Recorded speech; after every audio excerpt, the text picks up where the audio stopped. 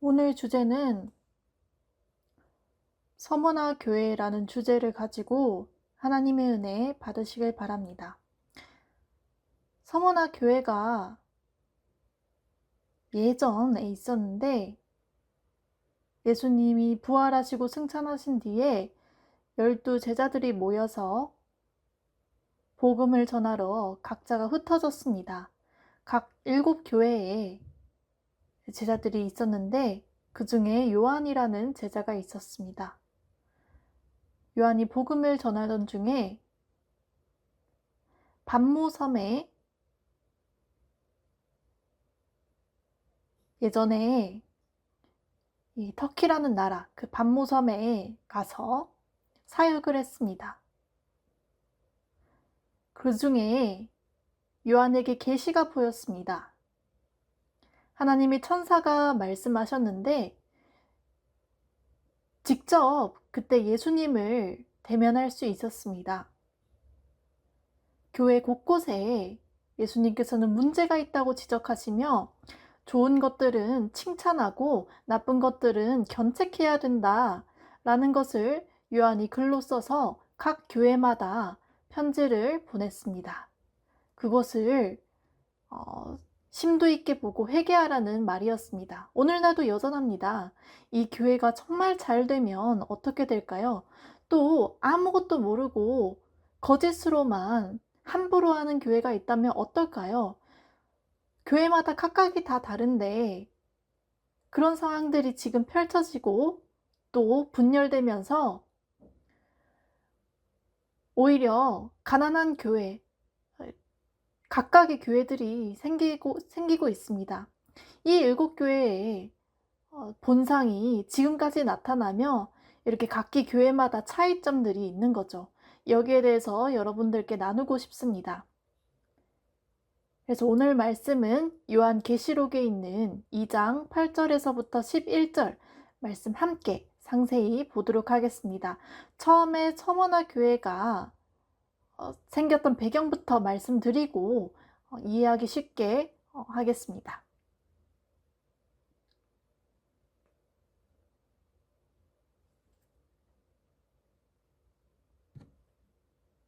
이 지도를 보시면 현재 이 터키가 어떤 종교입니까? 바로 이슬람입니다. 90%, 한 8, 90% 정도가 이슬람을 믿고 있습니다. 옛날에는 기독교였는데 지금은 오히려 완전히 역전이 돼서 이슬람교를 믿고 있는데 이것이 어떻게 된 일일까요? 도통 어떤 일일까요? 바로 로마의 침략 때문입니다. 이 교회를 보시면 처음 복음을 전했던 것은 사도 바울이었습니다. 그래서 이 지역에 여러 교회들이 있는데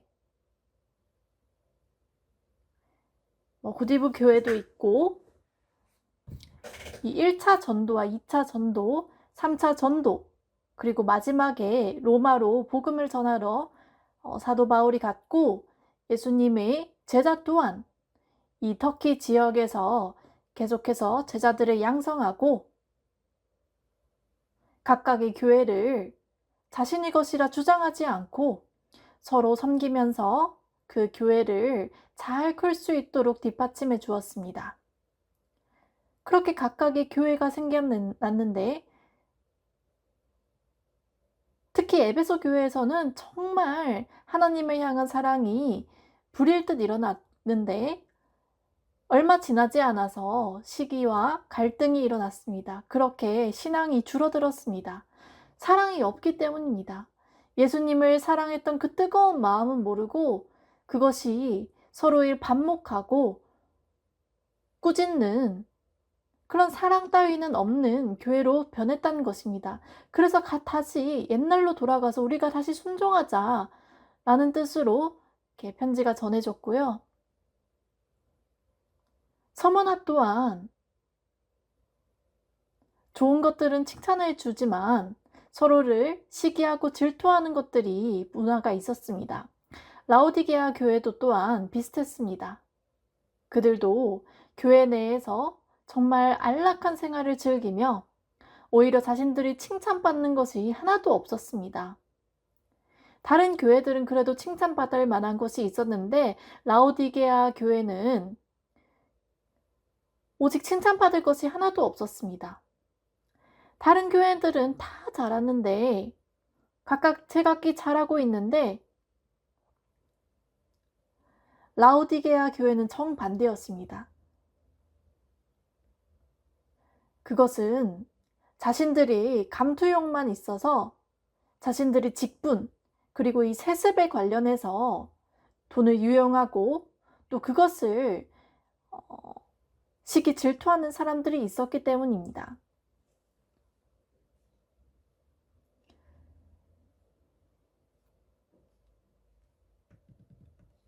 그래서 이 고난과 이 어려움 이러한 것을 예수님만을 붙드는 그런 고난을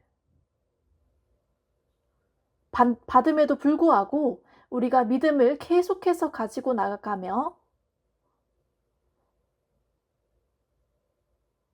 거기에 대해서 요한이 칭찬을 하며 죽어서도 포기하지 말고 정말 믿음으로 우리가 고난을 받지만 향후에 멀리 미래를 내다보면서 인내하고 참으라. 그렇게 해서 우리가 성취될 것이다. 그것을 믿고 우리가 믿음이 부족한 것을 계속해서 붙잡고 그것을 교회가 본받아야 된다라는 것을 담아냈습니다.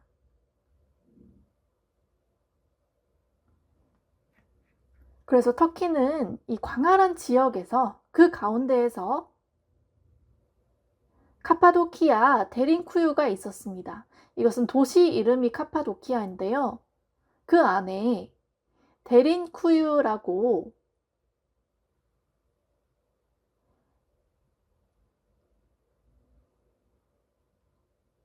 산 골짜기마다 유명한 동굴이 있었는데 그때 숨어서 사람들이 예배를 드리던 곳이었습니다. 그래서 지하로 가보면 이렇게 사진에서와 같이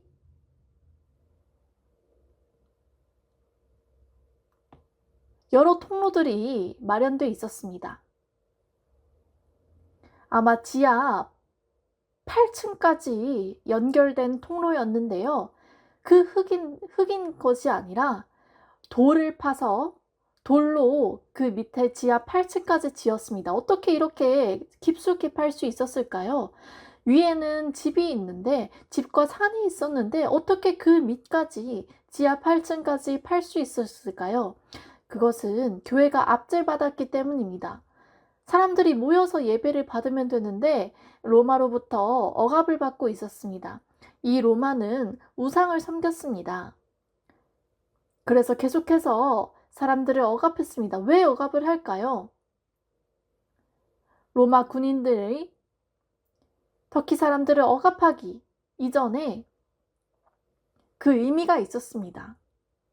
압제전에 자신들이 뒤에서 통치하고 기독교와 상관이 없음에도 불구하고 로마의 말을 따르지 않으면 무자비하게 죽여나갔습니다. 그래서 그 로마는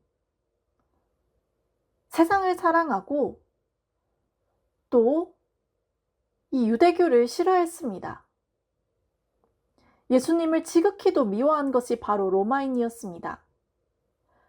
그래서 카파도키아 데린쿠유에 와도 봤듯이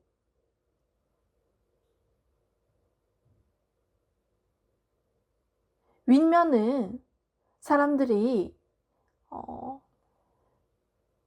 식사를 할 수 있었지만 밑으로 내려갈수록 사람들이 잠을 잘 수 있었고 그것이 또 연결되는 관을 이용해서 공기가 순환되는 데 일조했습니다. 그래서 예전 교회가 처음 생겨났을 때부터 억압을 받고 있었는데요. 정말 지금에 와서나 정말 신기하지 않습니까? 이 터키라는 나라가 정말 하나님에 대한 사랑이 가득했는데 지금은 알라를 믿는다니 믿을 수가 없습니다. 예수님을 주라 인정했는데 갑자기 알라에게 절을 하는, 그것이 예수님의 승천을 했음에도 불구하고 그들이 도저히 유대인들과 비슷하게 싸우거나 반목하면서 예수님을 믿지 않은 것입니다. 승천과는 별개로 자신들만의 그런 고집으로 다른 나라를 정복해 나갔던 것입니다. 이 현상을 보니 정말 두려움이 없고 오직 믿음 하나만을 붙들면서 나는 죽음과도 상관이 없다, 그렇게 믿음을 이어나갔더니 2000년 전에 였지만 1950년대에 고작 80년 전에 이것이 발견되었던 것입니다. 사람들이 농사를 할 때는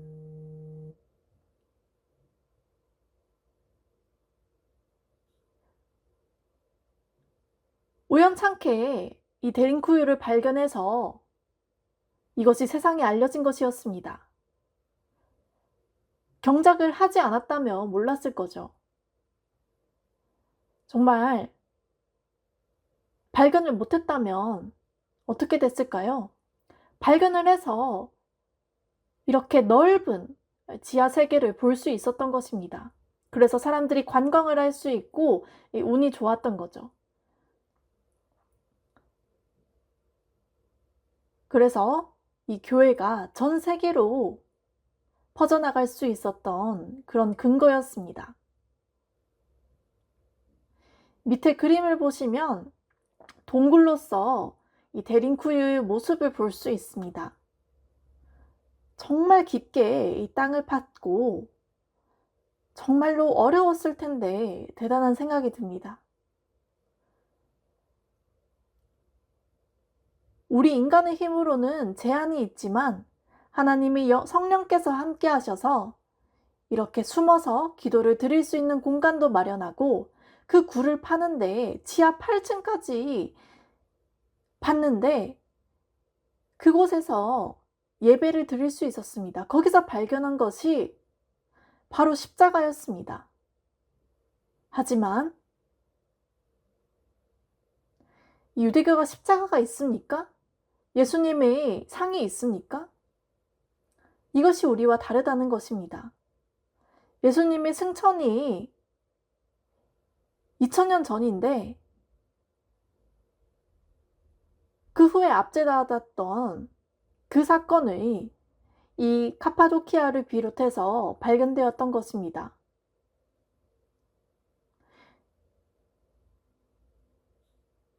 그래서 오늘날 예수님을 잘못 해석하는 것은 어쩔 수 없지만 우리가 이 터키 사례를 한번 보면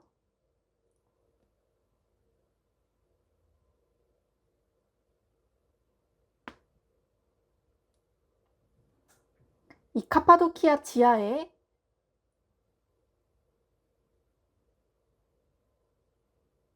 그림들을 찬찬히 볼 수 있었습니다. 로마는 가톨릭으로 성모 마리아를 섬기는데 여기에는 성모 마리아가 없습니다. 신기하지 않습니까? 이 그림들을 보시면 예수님 중심으로 그려져 있습니다.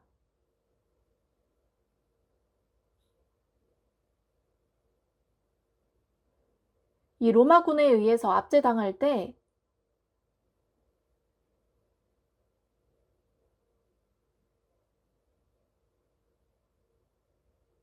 몇 년 후에 풀려나서 다시 압제당했을 때 이 지웠던 흔적들이 있습니다. 그래서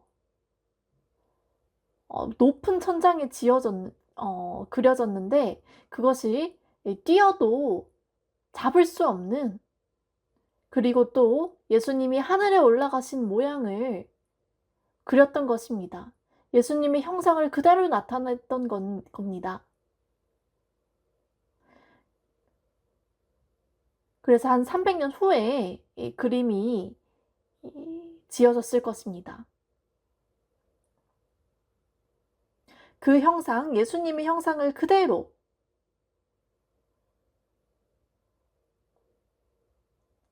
넣었는데, 오히려 로마 사람들은 성모 마리아를 우상으로 섬겼던 것이죠. 정말 안타깝습니다. 하나님 말씀엔 우상을 섬기지 말라고 했는데 그것이 증거되고 또 이 그림으로까지 나타나고 있는데, 이것을 우리가 목도했지만 여전히 예수님에 대한 잘못된 증거들이 사람들이 말하고 있습니다. 여기는 신기하게도 사진을 찍으면 안 됩니다. 왜냐하면 교회의 공간이기 때문에 몇 번이나 사진을 찍게 해달라고 해도 허가가 나지 않고, 그것은 바로 이 예배당이기 때문입니다.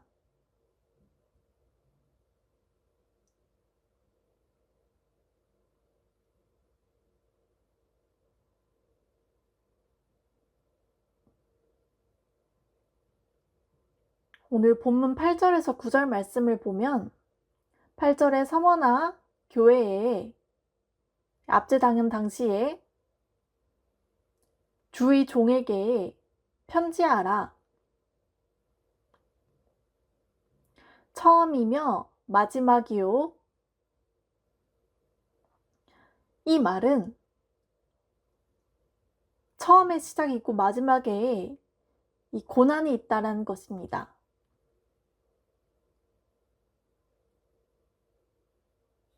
그래서 죽었다가 살아나신 이가 이르시되, 이것은 예수님께서 오셔서 안분지족하는 것이 아니라 수많은 고난을 딛고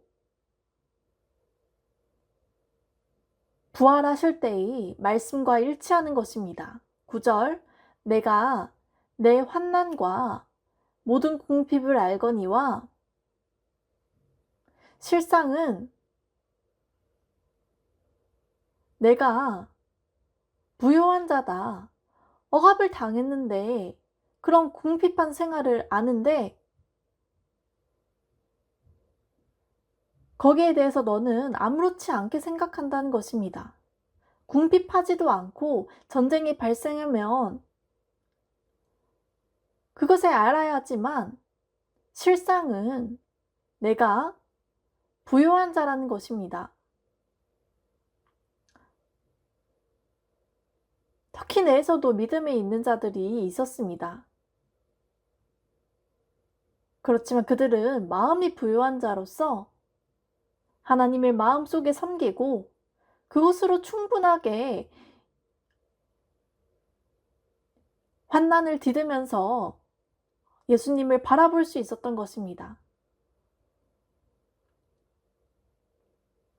그래서 자칭 유대인이라 하는 자들의 비방도 알거니와 실상은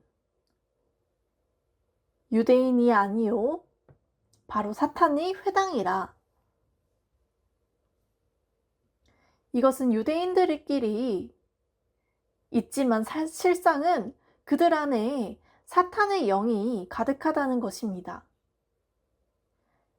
예수님을 죽이려 했던 그 유대인들이 이 말씀에서 일치했습니다. 그것은 사탄이 함께했기 때문입니다. 그들의 생각에 사탄의 역사가 임해서 율법 중심으로 가다가 예수님이 복음을 전하자 거기에 그들이 분노해서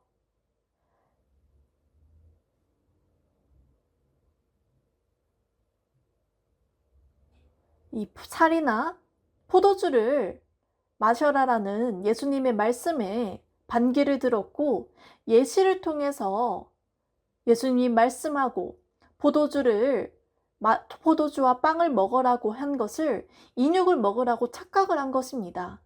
그렇게 해서 예수님을 힐난하고 또 예수님을 무시하면서 그들을 믿는 자들을 죽이며 그들끼리 좋아하고 계속해서 회유를 하며 억압했다는 것입니다. 그것은 곧 마귀의 소관이었습니다. 그래서 이때 환난이 시작된 것입니다. 그들은 보지도 못하고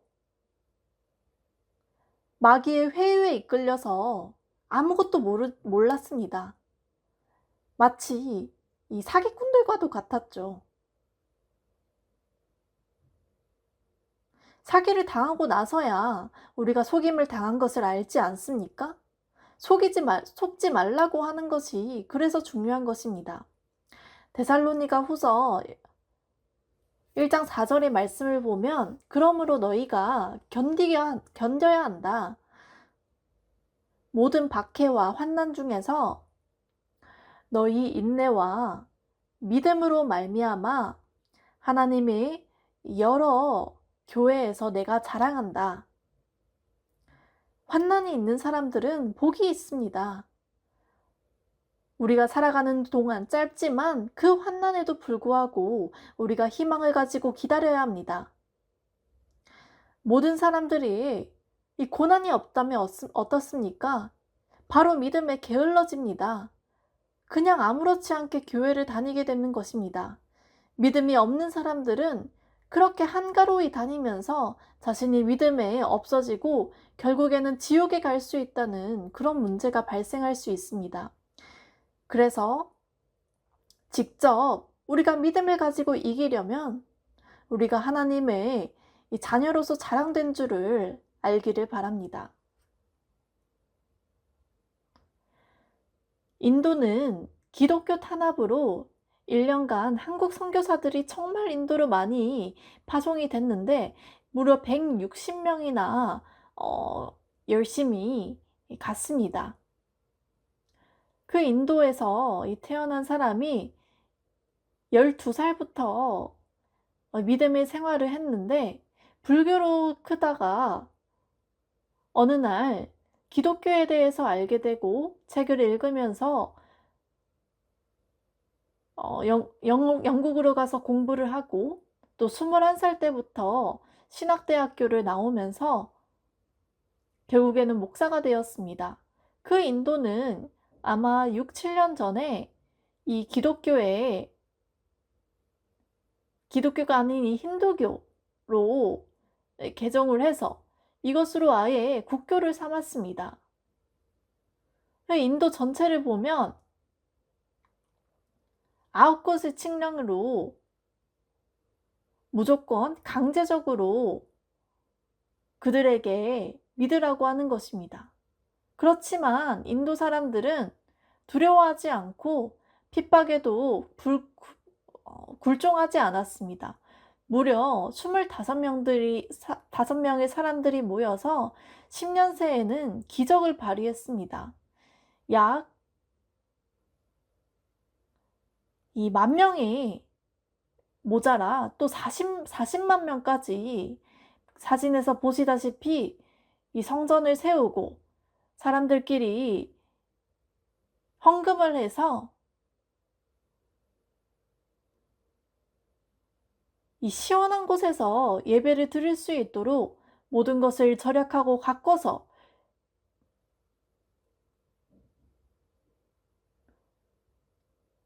그림과도 같이 된 것입니다. 그래서 올 6월에는 이 이현원 목사님이 초대되어서 기온이 40도에도 불구하고 그 무척 더운 날씨에 에어컨도 없이 사람들이 많이 모였습니다. 더움에도 불구하고 그들은 은혜로 충만해서 더움을 까먹은 것입니다. 정말 놀라운 은혜입니다. 힘들고 어렵더라도 우리가 성령님에 의지하고 충만해 한다면 이 힌두교라는 종교에서 벗어나 이 상황을 변화시킬 수 있다는 것입니다.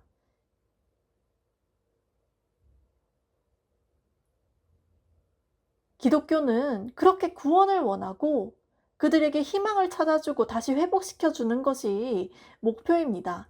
불교나 다른 종교들은 그냥 이 세상 살고 죽으면 끝이다. 그리고 세상이 윤회하는 사상으로 우리가 동물로 태어날 수 있고, 그래서 너희가 지금 이 세상에 잘해야 된다. 아니면 가난하게 태어난다. 저렇게 잘 사는 나라를 봐라. 우리는 이렇게 반복되고 있는데 이 인도도 이렇지 않냐? 우리 사회가 언제까지 고통을 받아야 하냐? 몇 년이 지나도 똑같지 않냐? 이런 갈등을 가지고 있는데, 반면에 기독교는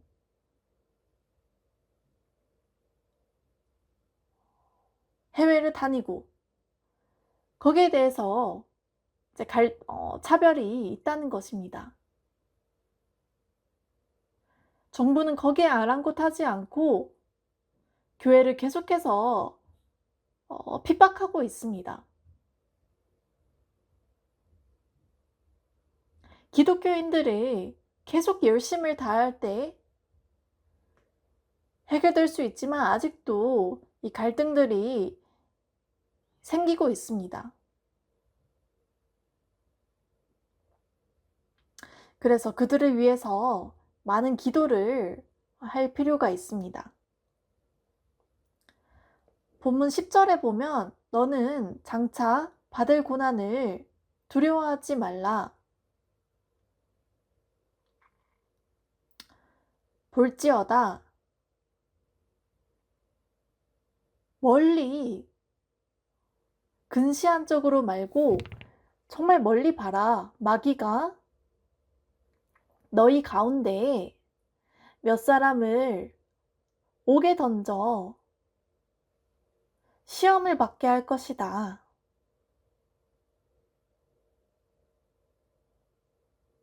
그래서 너희가 아마 기도를 포기할 수 있는데 그 지옥에서도 너희가 기도를 통해서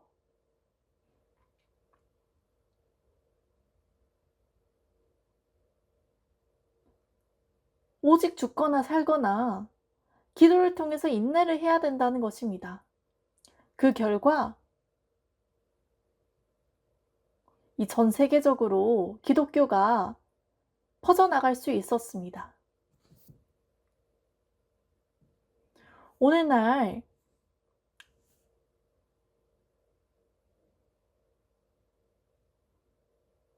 이 영적인 구원이 각박해졌습니다. 너희는 10일 동안 환난을 받는다. 우리가 모여 기도하는데 세상에 나가지도 못하고 계속해서 기도를 하는데도 이 10년이나 우리가 기다리고 있지 않냐? 이 방법을 어떻게 찾아야 되냐? 우린 정말 아름다운 공기를 맡으면서 꽃과 산과 날아다니는 짐승들을 정말로 보고 싶은데 아직도 지하세계에서 우리는 10년 동안이나 갇혀서 생활하는데 어떻게 된 모양이냐? 언제까지 참아야 되냐?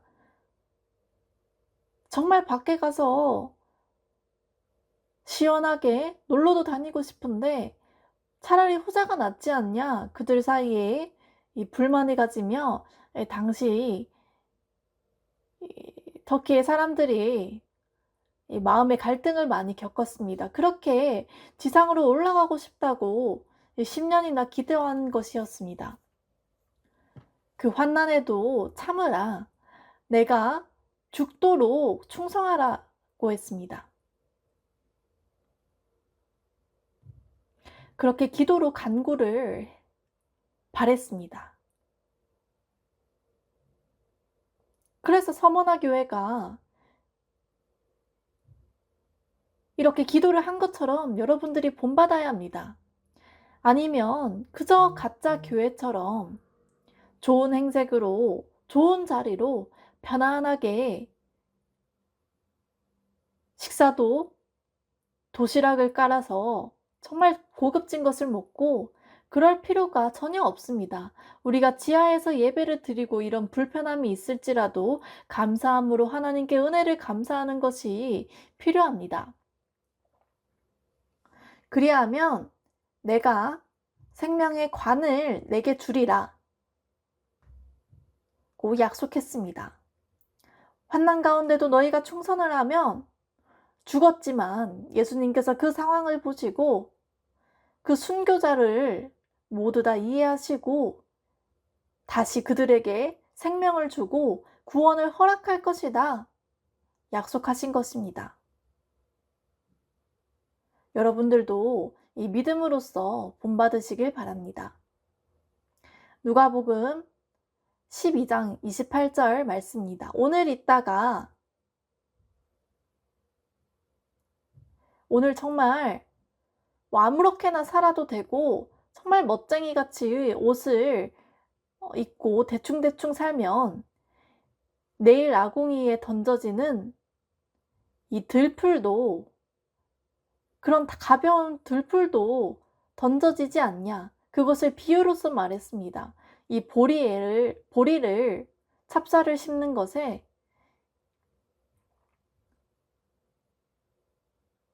아직은 베지 말고 모든 보리가 다 자랐을 때 이 가짜와 알곡을 구분해서 이 가짜들은 어떡합니까?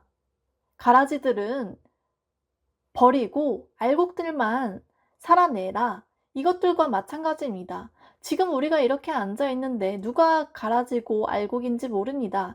예수님께서 심판하실 때에 그때 우리들을 분별하시는 것입니다. 우리가 지금 이렇게 눈으로 봐서는 저 사람은 믿음이 부족하고 저 사람은 안 돼 라고 생각하기 어렵습니다. 겉으로는 구별할 수 없다는 것입니다.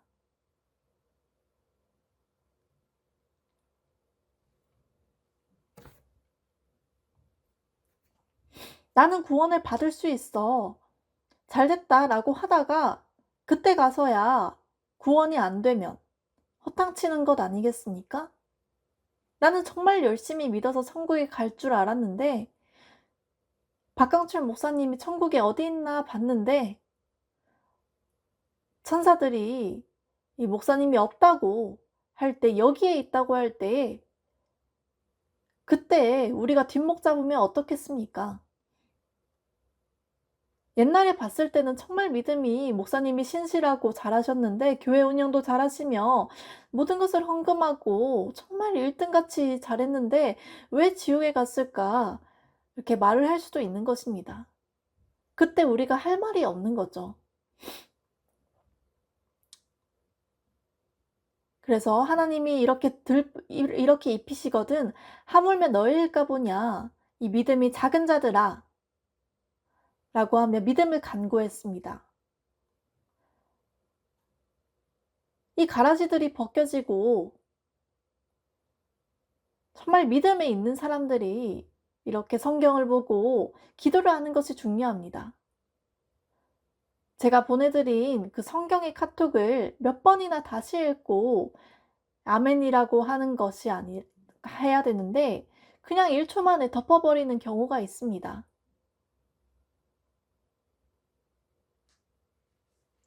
그리고 1초 만에 그냥 아멘이라고 외치는 사람이 있습니다. 하나님보다 더 빠른 응답입니까? 5분 정도는 읽고 난 다음에 아멘을 외치면 되는데 정말 신기할 따름입니다. 여러분들 그러지 말고 5분, 10분이건 찬찬히 이 성경을 읽고 그제서야 아멘을 하는 그런 카톡을 저에게 보내주시길 바랍니다. 본문 11절 말씀입니다. 귀 있는 자는 성령이 교회들에게 하시는 그 말씀을 들을지어다. 이기는 자는 둘째 사망이 두 번째가 있는데 첫 번째는 이 육신의 죽음이고 두 번째는 바로 영적인 죽음을 의미합니다. 믿음이 없는 사람은 죽으면 이 지옥에 가지만 보통은 한 번만 사는 것으로 생각합니다. 한 번만 죽는 것으로 생각합니다. 두 번 죽는 것은 처음 듣는 일이다 라고 생각할 수 있습니다.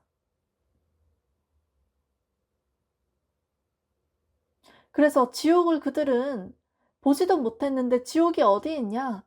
우리가 이렇게 경제가 발전되고 우주선으로 쏘아 올리는데 너희가 봤냐? 너희들은 거짓말을 하는 사람들이다. 그렇게 말하지 마라. 라고 해서 지칠 때도 있는데 성경에 이렇게 쓰여져 있다. 라고 해도 우리를 비난하기 일쑤입니다. 아무리 설명해도 그들이 깨닫지 못하는 그것이 저희가 잘못한 것일까요? 참으로 안타깝고 그런 마음이 듭니다.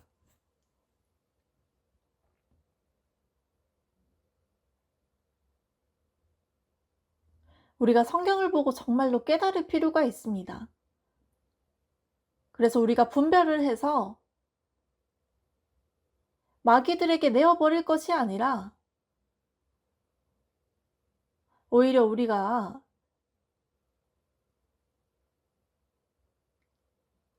이 믿음에 순종하지 않는다면 마귀와 함께 심판을 받게 된다는 것이 하나님의 성경을 통해서 보이고 있습니다. 그렇지만 우리 인간들이 여전히 무시하고 있는 것에 안타까움이 있는 거죠. 그래서 예수님은 쉽게 이 땅에 오셔서 우리에게 말씀하신 것입니다. 믿음 있는 자들은 두 번째의 심판이 없고 오히려 하나님의 뜻을 통해서 승천할 수 있다는 것입니다. 요한복음 5장 28절에서 29절 말씀입니다. 28절에 이를 놀랍게 여기지 말라. 무덤 속에 있는 자가 다 그의 음성을 들을 때가 온다. 그제서야 우리가 살아날 수 있다는 것입니다. 죽고 나서 바로 영이 올라가는 것이 아니라 예수님께서 이 땅에 오셨을 때 함께 죽은 자들이 일어날 수 있습니다. 믿음이 없는 자들은 그대로 사망한 상태로 심판이 있을 때 지옥에 간다는 것입니다. 그것을 우리가 두려워해야 합니다. 그런데 우리 믿음이 있는 자들은 죽었다가 깨어났을 때 천국을 맛볼 수 있는 것입니다. 그 평안하게 영이 하나님의 보호하심으로 말미암아 우리가 살 수 있습니다. 우리가 언제 이렇게 심판이 올지 모릅니다. 얼마 우리가 남지 않았습니다. 눈 감았다 뜨면 바로 시간이 지나가 있습니다.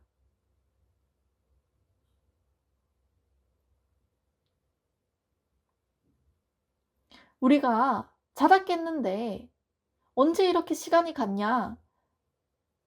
4,000년이나 지났냐? 아마 이럴 수도 있습니다.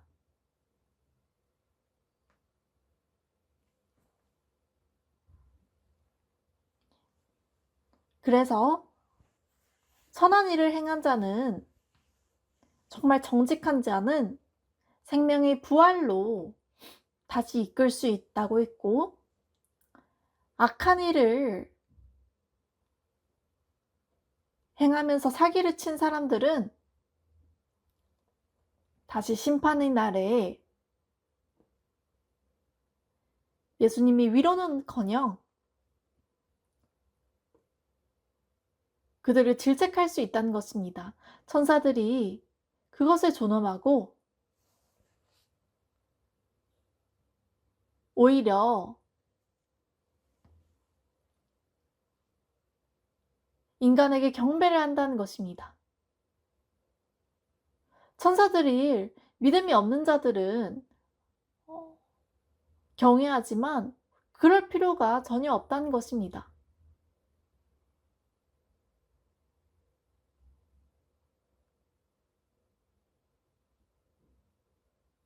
우리가 성경에서는 잘 나온 바가 없지만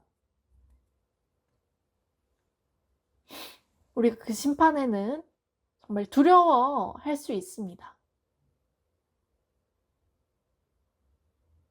모두가 다 마찬가지일 것입니다.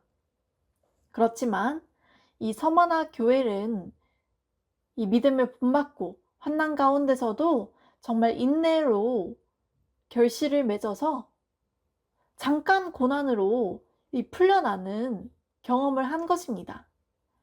그래서 우리가 이 구원에 대해서 감사해야 되고, 우리가 옛날에 6.25 전쟁도 벌써 몇 년이나 지나가고 이제 또 여름이 끝나고 가을이 되면서 예배할 수 있음에 감사할 수 있다는 것입니다. 전쟁이 끝난 것에도 감사, 피해가 없는 것에도 감사, 모든 것이 다 하나님의 은혜로 말미암는 것에 가장 먼저 감사를 해야 됩니다. 우리가 그냥 낙담해하지 않고 정말 실족하지 않고 깨어난 믿음의 사람으로 이 순교자의 모습을 본받고 함께 강건한 믿음을 추구하시길 바랍니다. 함께 기도하겠습니다.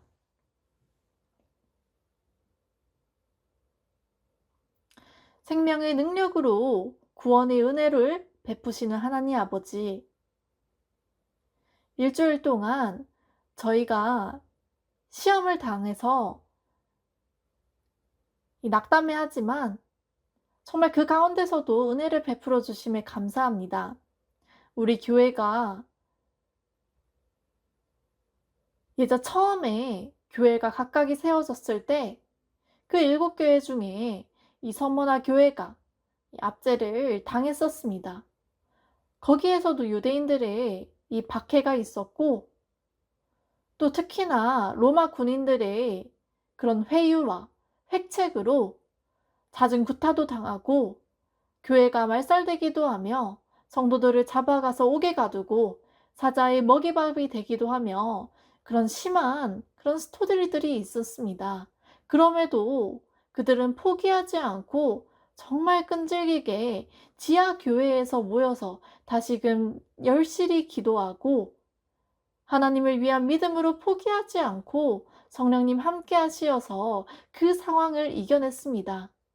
그렇게 뿌려진 씨앗들로 우리가 지금까지 믿을 수 있었습니다. 주님의 말씀에 놀라워하며 그 은혜를 주옵소서. 우리 교회는 환난이 없지만 이 믿음에 그냥 무심코 사는 그 믿음에 불과합니다. 아버지의 말씀을 따라서 우리가 정말 그 믿음으로써 깨어있고, 우리가 자랄 때부터 그런 힘듦에 우리가 깨어져서 믿음으로 배우고 성장하는 은혜로 복된 생활을 할 수 있게 도와주옵소서. 우리 각 성도들이 이 교회에 어려움이 부딪힐 때 정말 포기하지 않고 더욱더 합심해서 우리가 함께 모이고 공동체로서 발전할 수 있도록 한 사람이라도 놓치지 않고 구원을 받고 그들을 끌어모을 수 있도록 하나님의 이름으로 발전을 하고 정말 가난과 부함에 상관없이 영적으로 우리가 복음을 위해서 노력을 하며 하나님의 나라에 희망을 더할 수 있게 하여 주옵소서. 한국은 정말 많은 복을 받았습니다. 정말 하나님이 긍휼로 인해서 우리가 배고프고 이 어려운 생활에 우리가 말살될 뻔한 적도 있지만, 그럼에도 오히려 복음이 더욱더 늘어나서 아버지의 말씀을 즐거워하고 그 믿음으로 우리가 또 이 지구에 복음을 전할 수 있게 하여 주옵소서. 아버지의 구원을 허락하여 주옵소서. 예수님 이름으로 간절히 기도합니다. 아멘.